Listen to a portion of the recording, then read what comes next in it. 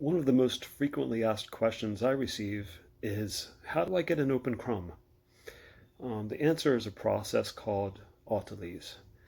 And dough has two main attributes, extensibility, which is its ability to stretch out, and elasticity, which is the dough's resistance to stretching out, or its strength.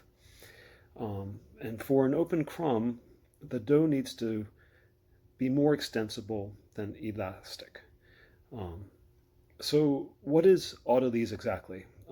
Autolyse is a preliminary mix of just water and flour, the final dough water and the final dough flour, that's allowed to rest.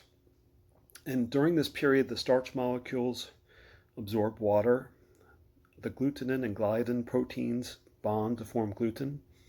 Uh, the, the gliadin protein is responsible for the extensibility, and the glutenin protein is responsible for elasticity. And finally, the protease enzymes weaken these gluten strands.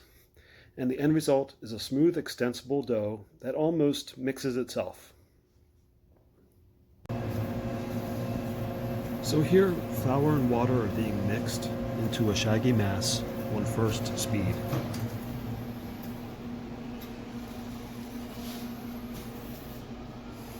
Notice how the dough easily tears apart.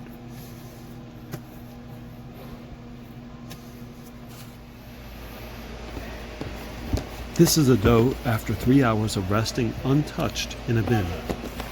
I'm releasing it from the sides in preparation to transfer it back into the bowl to be mixed with the remaining ingredients. Notice how it transformed all on its own from shaggy to smooth. It is extensible and already sheets very nicely.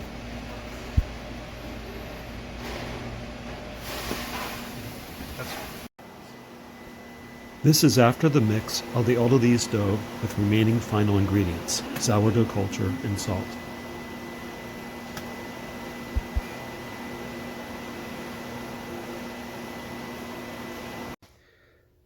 I'd like to share a couple of pointers regarding stretch and fold during bulk fermentation.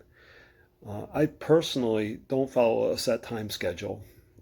Rather, I perform stretch and fold only when the dough requires it. When the dough is completely relaxed in the bin and it's touching all four sides. If the dough is still holding its shape, then I leave it alone. Also, I don't perform any stretch and folds during the last hour of bulk fermentation. Let's take a look inside two breads. Both are 100% naturally leavened.